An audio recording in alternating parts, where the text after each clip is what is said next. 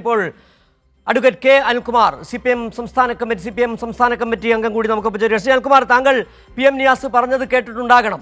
അദ്ദേഹം വളരെ കൃത്യമായി അദ്ദേഹത്തിന്റെ ആശങ്കകൾ പങ്കുവെക്കുകയായിരുന്നു. ഒരു കോൺഗ്രസ്സുകാരൻ എന്ന രീതിയിൽ ഒരിക്കലും ശേഷാദ്രിനാഥന്റെ നിയമനം അംഗീകരിക്കാൻ കഴിയില്ല. ഔട്ട് ഓഫ് അജണ്ടയായി എങ്ങനെയാണ് ശേഷാദ്രിനാഥന്റെ നിയമനം വന്നത്? ഈ ആശങ്കയാണ് അദ്ദേഹം പങ്കുവെക്കുകയും ചെയ്തത്. സ്വാഭാവികമായും സംഘപരിവാർ അജണ്ട നടപ്പിലാക്കുവാൻ മുഖ്യമന്ത്രി കൂട്ടുനിൽക്കുന്നുണ്ട്. അതിന്റെ ഭാഗമായി തന്നെയാണ് ശേഷാദ്രിനാഥന്റെ നിയമനമെന്നാണ് അദ്ദേഹം നിയാസ് പറയാതെ പറഞ്ഞു വെക്കുന്നത്. ചൂണ്ടിക്കാണിച്ച കാര്യങ്ങളെല്ലാം വളരെ വളരെ അർത്ഥവത്താണ്. അദ്ദേഹം പറഞ്ഞ ആ വാക്കുകളില് അല്ലെങ്കിൽ വാചകങ്ങളിൽ ഒരു വരി മാത്രമേ എനിക്ക് വിയോജിപ്പുള്ളൂ. സംഘപരിവാർ നുഴഞ്ഞു കയറുന്നു എന്നാണ് അദ്ദേഹം പറഞ്ഞത്. ഇന്ന് കേരളത്തിൽ സംഘപരിവാറിന് നുഴഞ്ഞു കയറേണ്ട ആവശ്യമില്ല, ഒടിഞ്ഞു കയറേണ്ട ആവശ്യമില്ല. തങ്ങളുടെ ചുമലിലൂടെ ചവിട്ട് കയറിക്കൊള്ളൂ എന്ന് പറഞ്ഞ് അവർക്ക് മുമ്പിൽ തോള് താഴ്ത്തി കൊടുക്കുന്ന, മുതുക് താഴ്ത്തി കൊടുക്കുന്ന ഒരനുഭവമാണ് മുസ്ലിം ലീഗും കോൺഗ്രസ് നേതാക്കന്മാരും ഇന്ന് സംഘപരിവാറിന് മുമ്പിൽ പ്രകടിപ്പിച്ചുകൊണ്ടിരിക്കുന്നത്.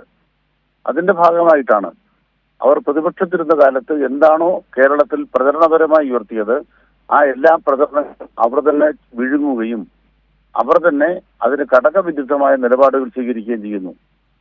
അതിന്റെ ഭാഗമായിട്ട് തെറ്റുണ്ടെങ്കിൽ തിരുത്താം എന്ന് പറയുമ്പോൾ മുഖ്യമന്ത്രി ആദ്യം തിരുത്തേണ്ടത് എന്താണ്? സംഘപരിവാർ രാഷ്ട്രീയത്തിനെതിരായി കേരളം ഉയർത്തിയ ശബ്ദം തുടരും. ഭരണത്തുടർച്ച എന്ന് പറഞ്ഞാൽ സർക്കാരിന്റെ തുടർച്ച എന്നത് മാത്രമല്ല, ഈ നയങ്ങളുടെ കൂടി തുടർച്ചയാണ്. ഭരണത്തുടർച്ച നഷ്ടപ്പെട്ടപ്പോൾ കേന്ദ്രത്തിലെ BJP സർക്കാർ നടപ്പാക്കുന്ന ഫെഡറൽ വിരുദ്ധ, മതനിരപേക്ഷ വിരുദ്ധ നയങ്ങൾക്കെതിരായ പോരാട്ടം അവസാനിച്ചു എന്നാണ് കണ്ടിരിക്കുന്നത്. അത് തുടരുകയല്ല കണ്ടത്. എന്നിട്ട് എന്ത് സംഭവിക്കുന്നു? ഇപ്പൊ മുമ്പൊരു തെരഞ്ഞെടുപ്പ് കമ്മീഷണർ അദ്ദേഹം എന്താ ചെയ്തത്? BJPയുടെ ഔദ്യോഗിക സീല് പതിച്ച സീല് തങ്ങളുടെ ഓഫീസിൽ സൂക്ഷിക്കുന്ന തരത്തിലുള്ള BJP ബന്ധമാണ് ഉണ്ടായത്. എങ്ങനെ ഇത് സംഭവിച്ചു എന്ന് ആരോടെങ്കിലും അദ്ദേഹം വിശദീകരിച്ചിട്ടുണ്ടോ? നിങ്ങൾക്കൊരു അബദ്ധം പറ്റുന്നത് എങ്ങനെയാണ്? ഒരാൾക്ക് ഒരു ഇലക്ഷൻ കമ്മീഷന്റെ ഓഫീസിൽ എങ്ങനെയാണ് BJPയുടെ സീല് വരിക? ആരെങ്കിലും എടുത്തുകൊണ്ടവിടെ ഇട്ടതാണോ? അപ്പൊ BJP ഓഫീസും ഇലക്ഷൻ കമ്മീഷൻ ഓഫീസും ഒരുപോലെ പ്രവർത്തിക്കുന്നു, ഒരേ മാനദണ്ഡത്തിൽ പ്രവർത്തിക്കുന്നു, തുല്യതയോടെ പ്രവർത്തിക്കുന്നു. അദ്ദേഹം VD സതീശന്റെ ഓഫീസിലെ സെക്രട്ടറിയായി മാറി, പ്രിൻസിപ്പൽ സെക്രട്ടറിയായി മാറി എന്നുള്ളത് ചെറിയ കാര്യമല്ല. അപ്പൊ മുഖ്യമന്ത്രിയുടെ ഓഫീസിന്റെ നിയന്ത്രണം തന്നെ മുമ്പ് BJPയുമായുള്ള ബന്ധം പ്രത്യക്ഷമായി തെളിഞ്ഞിട്ടുള്ള വ്യക്തിയുടെ കയ്യിലേക്ക് കൈമാറ്റം ചെയ്തിരിക്കുന്നു. രണ്ടാമത്തെ കാര്യം എന്താണ്? ഇവർ ഓരോ നിലപാടും കേന്ദ്രവുമായി യുദ്ധത്തിനില്ല, അൺഹെൽത്തി കോമ്പറ്റീഷൻ ഇല്ല. രാജ്യത്ത് ആരോഗ്യകരമായ കേന്ദ്ര സംസ്ഥാന ബന്ധമാണ് ഉള്ളത്. നമ്മുടെ രാജ്യത്ത് ആരോഗ്യകരമായ ഒരു കേന്ദ്ര സംസ്ഥാന ബന്ധമുണ്ട്. അത് അനാരോഗ്യകരമാക്കാൻ ഞങ്ങളില്ല എന്നാണോ പറഞ്ഞത്?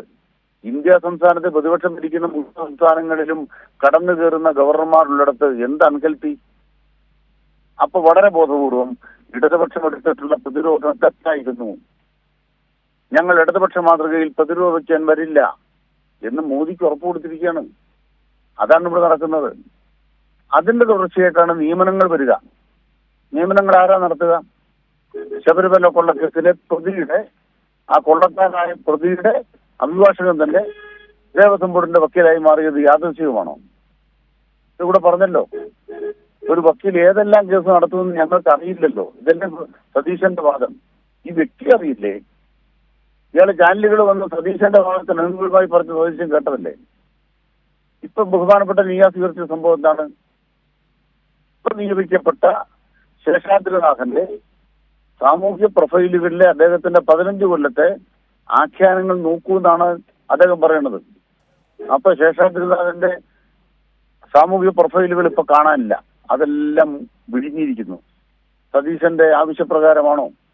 മുഖ്യമന്ത്രി പറഞ്ഞു, നിങ്ങൾ തൽക്കാലം മറച്ചു വെക്കൂ, നിങ്ങളുടെ BJP മുഖം മറച്ചു വെക്കൂ, നിങ്ങളുടെ RSSന്റെ മുഖം മറച്ചു വെക്കൂ. തൽക്കാലം മറച്ചു വെച്ചിട്ടുണ്ടാവും. കേരളത്തിലെ വലതുപക്ഷ മാധ്യമങ്ങൾക്കാണെങ്കിൽ ഇതൊരു പ്രശ്നമേ അല്ല. മറ്റത് ഏതെങ്കിലും സംഭവം ഉണ്ടായാൽ അതിന്റെ അറ്റത്ത് ഇടതുപക്ഷത്തിന്റെ ഏതെങ്കിലും ഒരാള് ഫേസ്ബുക്കിലിട്ട പോസ്റ്റ് എടുത്തിട്ട് അത് വെച്ച് ഇടതുപക്ഷത്തെ ആക്രമിച്ചുകൊണ്ടിരിക്കുന്ന ഇവിടുത്തെ വലതുപക്ഷ മാധ്യമങ്ങൾ. ഈ മാന്യദേഹം സംഘപരിവാറിന്റെ ദാസനായി പ്രവർത്തിച്ച കാലത്തെക്കുറിച്ച് തെളിവ് സഹിതം നമ്മുടെ മുമ്പിൽ ന്യായാധിപനായിരിക്കുമ്പോഴുള്ള ആഖ്യാനങ്ങളാണ് പുറത്തു വരുന്നത്. അതൊന്നും മാധ്യമങ്ങൾക്ക് വിഷയമല്ല. ഒരു PMVS ഉണ്ടായി ചോദിക്കുക എന്നുള്ളത് വളരെ പ്രധാനപ്പെട്ട കാര്യമാണ്. പക്ഷെ PMVSന്റെ സ്ഥലത്ത് അദ്ദേഹത്തിന്റെ അയൽവാസിയായ ഒരാൾ അവിടെ എങ്ങനെ ജീവിച്ചു എന്നുള്ളതിനെ കുറിച്ചുള്ള സാക്ഷ്യമാണ് PMVS പറയുന്നത്. യാഥാർത്ഥ്യം എന്താണ്? PMVS പറയുന്നത് തന്നെയാണ്, PMVS എതിർക്കുന്നത് തന്നെയാണ് ആ നിയമനത്തിൽ അയാളുടെ യോഗ്യത. കാരണം എന്താണ്? അയാൾ RSS ആണ് എന്ന് ലോകം മുഴുവൻ വിളിച്ചു പറഞ്ഞിരിക്കുന്നു PMVS. അതുകൊണ്ട് തന്നെയാണ് നിയമിക്കപ്പെട്ടത്. ഇവിടെ സംഘപരിവാറിന്റെ എല്ലാ താല്പര്യങ്ങളും പരസ്യമായി നടപ്പാക്കുന്നതിന് മടിയില്ലാത്ത ഒരു സംവിധാനമായി മുസ്ലിം ലീഗിന്റെയും കോൺഗ്രസിന്റെയും ഗവൺമെന്റ് അധപ്പതിക്കാണ് കാണുന്നത്.